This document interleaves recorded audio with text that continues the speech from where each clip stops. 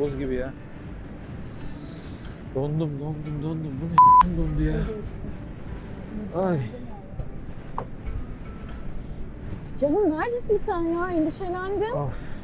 Var ya dışarıda acayip soğuk ya. Ya evet öyle görünüyor. Dondum Aslı'cığım dondum.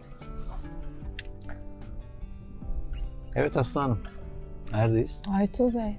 Vallahi denizin ortasındayız. Yalova'ya biraz daha yakınız gibi geliyor. Evet şu an Yalova Yenikapı feribotundayız. Ne yapıyoruz? İzmir'e doğru. Yani evet İzmir'e doğru hareket halindeyiz de bu akşam ne yapacağımızı aslında biz pek bilemiyoruz. Yalova'da çadırda kalalım gibi bir düşüncemiz var ama bir yandan da lodos var ve hava biraz sert. Yağmur Yağmur durumu var. Evet. Vallahi sen ne dersen o. Sana tabiyim. İyi hadi bakalım. O zaman macera bizi bekler. Macera bizi bekler. Evet. Bu hafta sonu İzmir'deyiz Aliağa'da. Evet. Benim başkan olduğum AFADER diye bir fotoğraf derneğimiz var. Onun sunumu için Aliağa'da olacağız. Kim sunum yapıyordu? Gökçen Arabul diye bir arkadaşımız var. Ne çekiyor?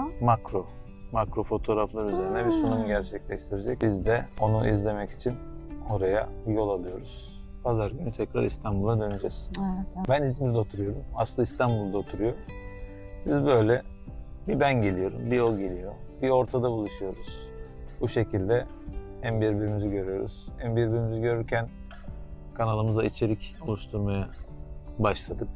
Onları da aradan çıkartıyoruz. Aslında bizim şansımız biraz da ikimizin de böyle hani bir tarafımızın fotoğrafçı olması ve özellikle doğa fotoğrafına olan ilgimiz. Böyle hem de kamp yapmayı sevdiğimiz için bu mesafe aslında bizim gözümüzde büyümedi. Yani şehirliyiz ikimiz de ama şehirde vakit geçirmekten artık bunalmış insanlar olduğumuz için yazın yıldız peşinde, işte kışın zirveler, bir takım planlarımız var bakalım. Ama neydi hayat, sen planlar yaparken başına gelenler şeklinde biraz da böyle akışına bırakıyoruz sanki. Kesinlikle. Yani hani hafta içerisinde ben de kurumsal bankada, uluslararası bankacılık tarafındayım. Yani 9-6 hafta içi çok planlı ve hani corporate bir hayatın içinde olduğum için böyle hafta sonları özellikle kendimi fişten çekip corporate kendimi fişten çekip gerçekten böyle doğaya dokunmak istediğim için bu şeyler de plansızlıklar. Gerçi ne kadar plansız kalabiliyorum orası da meçhul ama çünkü yani hani bu şehirlilik bir nevi şey gibi, kanser olmuş hücre gibi, siz ne kadar ondan kurtulmaya çalışsanız da bir şekilde hücrelerinize işlemiş. Kesinlikle. O yüzden de yani yine de hani standart üstü bir çabayla Yani elimizden geldiğince bir şeyler yapmaya yapmaya çalışıyoruz. Şu an feribottayız bu arada. Video biraz sallantılıysa da bu yüzdendir. Evet, dur bakayım ne kadar olmuş. 14 dakikamız kaldı. Evet, az bir yolumuz kaldı Yalova'ya. Gerçekten şu anda Yalova'ya vardıktan sonra ne yapacağımızı bilmiyoruz. Yani aslında araçüstü çadırımız var. Bence boş bir alanda bile yatabiliriz. Şu anda yağmıyor da zaten. Aynen. Ama gece ne getirir bilemem tabii. Evet. Bakacağız. Duruma göre hareket edeceğiz. Hı hı. O zaman görüşürüz. Görüşürüz.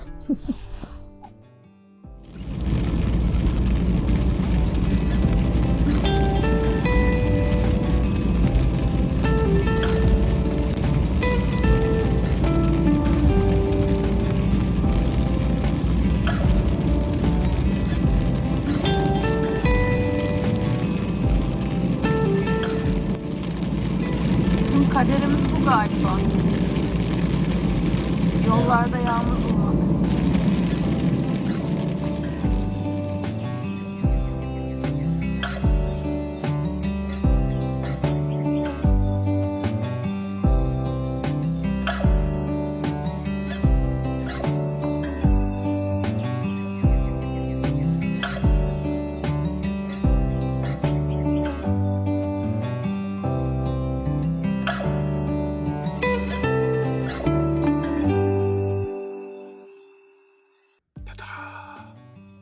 Çadırın içindeyiz. Sabah 2:30.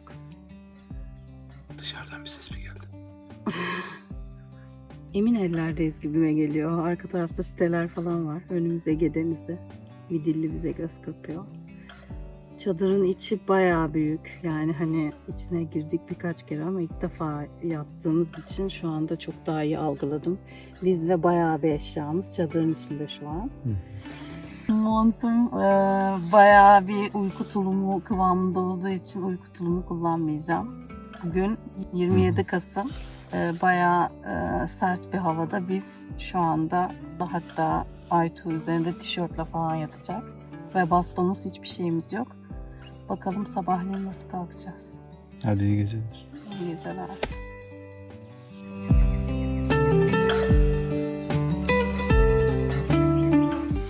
Günaydın arkadaşlar. Sabahından kalktık. Sabahına.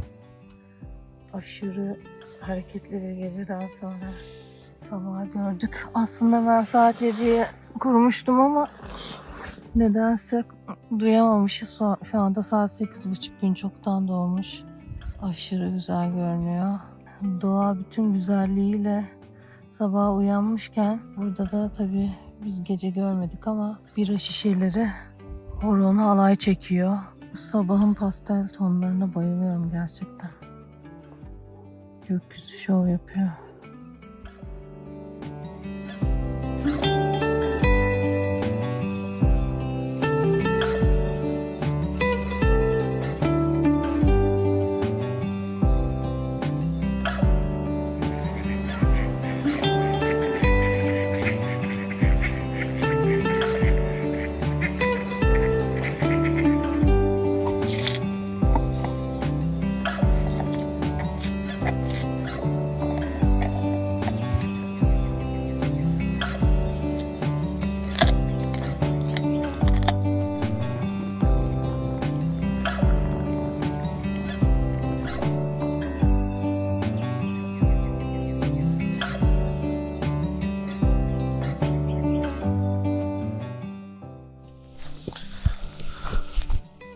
Sanırım nasıl da gecemiz. Vallahi beklentimin üstünde rahat ve sıcaktı bence. Sen Değil ne mi? düşünüyorsun? Bence de. İçerisi gayet güzeldi. Yani ben üşümekten korkmuştum ama yani uyku tulumlarını bile açmadık.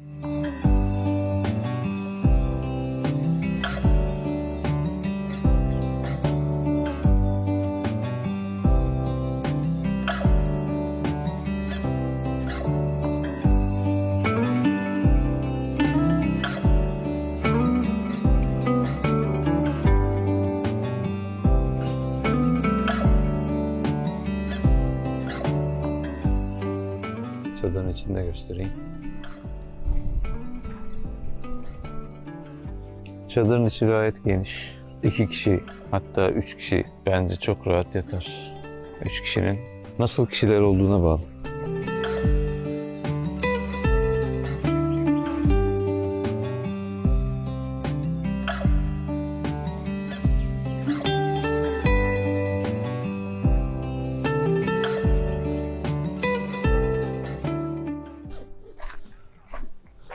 Gel. Evet arkadaşlar, bir 15 dakikada topladım şişeler.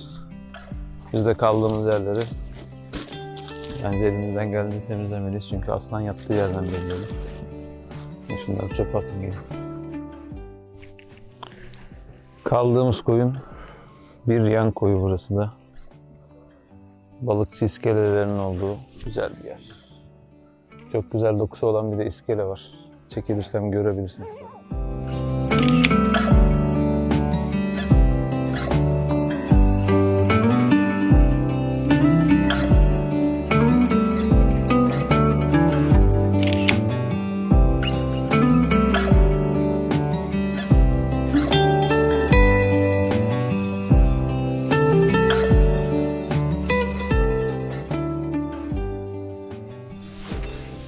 Hadi o zaman.